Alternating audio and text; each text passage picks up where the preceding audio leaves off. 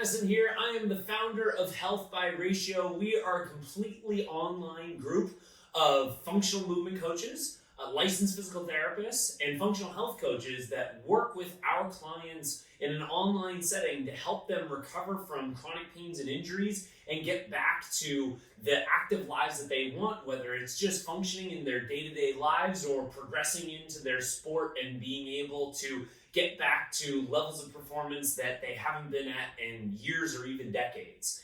And we do it in some unique ways. And one of the things that we really focus on with our clients is their mobility and range of motion, especially when we first start working with them. And so if anyone's ever been in this song and dance before, which I personally have myself and many of our clients have, which is the song and dance of I stretch like crazy every day. I have a commitment where I stretch for 10 to 20 minutes first thing in the morning or before I work out or whatever. And by the end of the day, I feel like I've re-locked up. Or not even by the end of the day. It feels like by the next couple of hours, I've re-tightened back up. It didn't make any difference. And you could be doing this for years on end, feeling like you're having this great routine, but not seeing much differences. And seeing kind of the same typical ranges of motion and limitations in your body no matter how much work you do. And when we work with our clients, do some unique mobility work that allows them to get some massive gains in their range of motion really quickly. So we've impacted clients like professional skateboarder Dan McFarland, who had very limited knee range of motion, knee flexion from an old meniscus injury that was surgically repaired decades ago and hasn't been able to get back in any increases to his knee range of motion, his knee flexion, in many years. And all of a sudden now he's getting into depth squats again. He's starting to get back to doing some explosive tricks that he hasn't been able to do since he was in his 20s and 30s, which is awesome. Or clients like Raphael, who is a military veteran of ours, who's so tight based around what he was doing around military training, and then from all the studying that he was doing, I believe for becoming an accountant, but going back to school, and couldn't even cross a leg over the other. Wasn't able to sit with a leg crossed over, and all of a sudden going from not being able to sit with the leg crossed to comfortably sitting with each leg crossed over each hip, and having all this new range of motion in his hip that freed up his back. Or for Dan, allowing that knee to start bending deeply so that he could actually do the tricks and jumps that he wants. Or for many of our runners, countless, everyone from Lindsay to Elisa to Adam to Orly, these people that are anywhere from like 5 to 10K runners or upwards of ultramarathon runners who have everything from chronic ankle tightness to calf and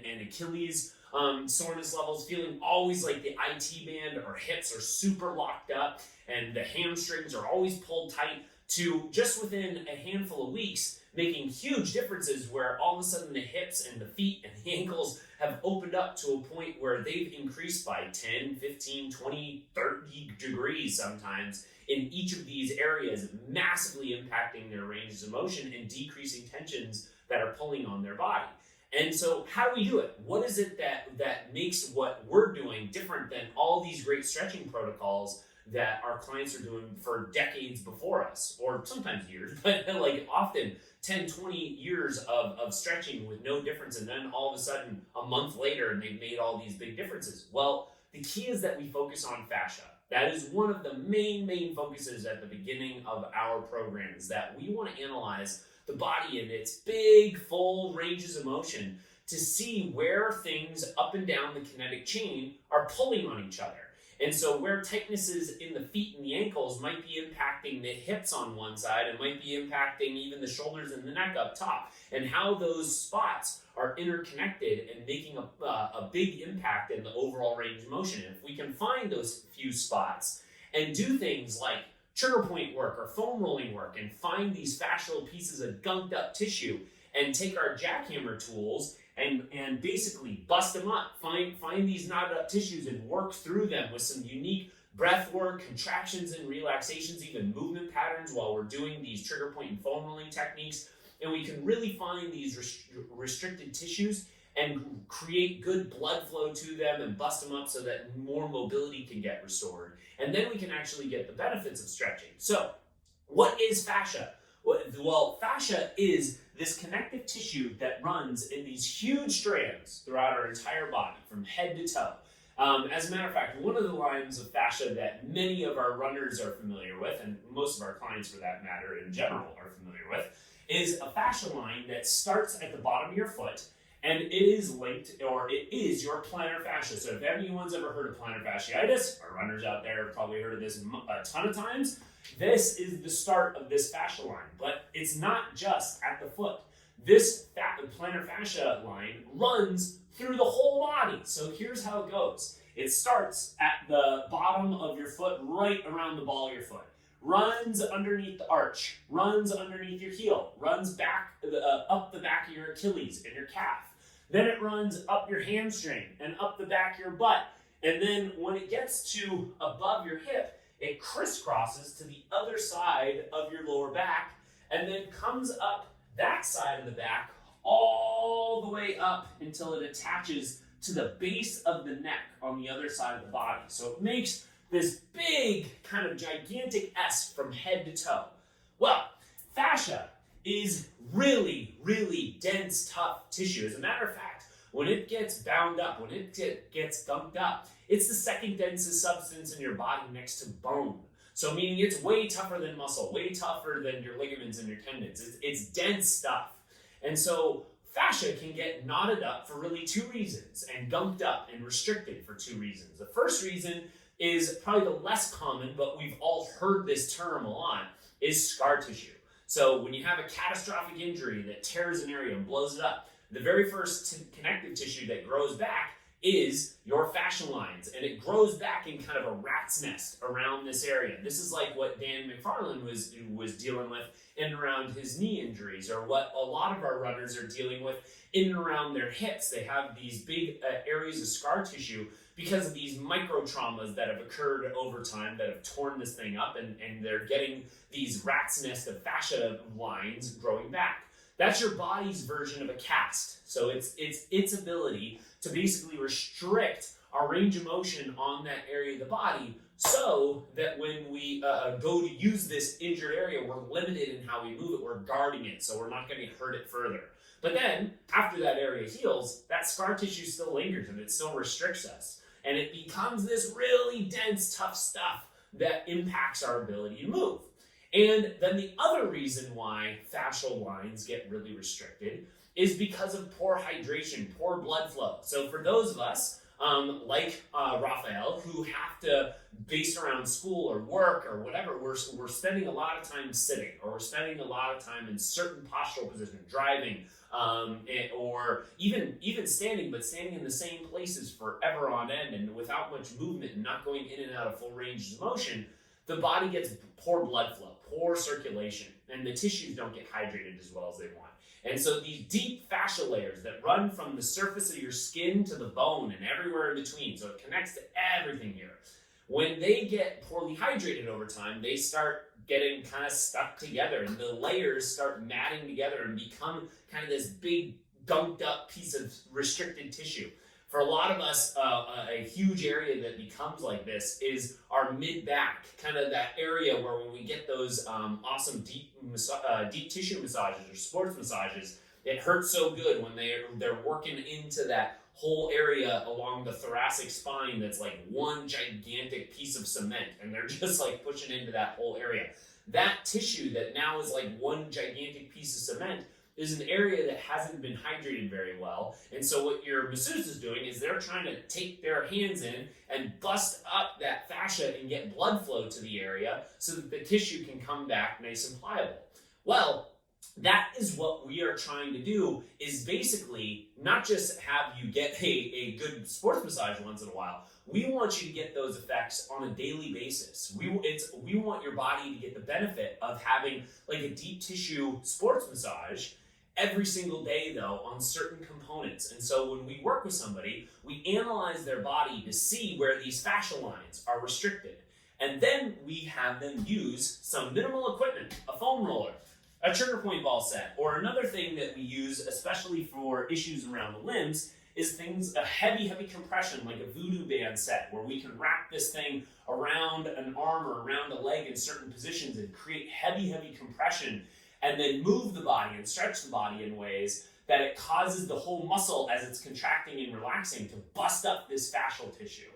And we can find these areas that are restricted with these tools and give ourselves our own daily deep tissue massages to these priority areas that are impacting the way they move. So this whole concept, and then we can actually get the benefits of stretching. That's when our body can respond to the stretching. And this whole concept, I think, is really well illustrated from a famous biomechanist, Katie Bowman, who I greatly respect. And actually, as I think about that, famous biomechanists might be a little bit of an oxymoron, but in the realm of physical therapy and functional movement, Katie Bowman's amazing. And so she's famous to us. Anyway, she has an amazing book called Move Your DNA, where she talks about this concept of stretching out tissue that is normal versus fascially gunked up and restricted. So stretching out normal tissues, like having a cotton shirt and taking that cotton shirt, pulling it, and seeing how elastic it is, how much quote unquote flexibility it is. It's like having normal muscle tissue when we stretch it. The whole thing can kind of be elastic and expand, and then it contracts obviously again, like that blank cotton shirt. Now, if we have fascial restrictions, if we have these areas that have either been hurt and we have scar tissue built up, or maybe we haven't been moving very well or very consistently, and we've gotten these areas that have bound up on us, then that's like having that same cotton shirt but putting paint swabs on it and letting that paint dry. And now we try to pull on that shirt, and that area of the fabric that has the paint swabs is matted down, it's stuck. Those areas aren't going to be able to expand and contract and get elastic. Instead, it's the areas in between that have to overstretch to try to get to that same thing. So instead of having this nice pliable muscle that the whole thing expands and contracts when we're stretching, we get a muscle that has areas of it that are really restricted and other areas that are trying to overcompensate for it. And the areas that are overcompensating are the areas that aren't really problematic for us. They have better hydration.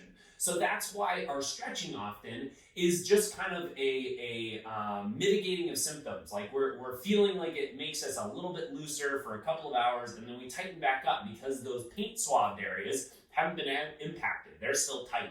So by taking our little jackhammer tools out, our own self deep tissue massage, we can do stuff like Raphael did, or stuff like our runners are doing, or stuff like Dan McFarland does. And when we can use these tools to find these restrictions in our tissues. And the rule of thumb is, and this might be kind of surprising for people, but the rule of thumb is if you push with normal pressure on any part of your body, and normal pressure is basically like the equivalent of your amount of body weight on like a foam roller, or body weight on a trigger point ball. If you're on soft tissue, there should be no soft tissue that hurts with that amount of pressure.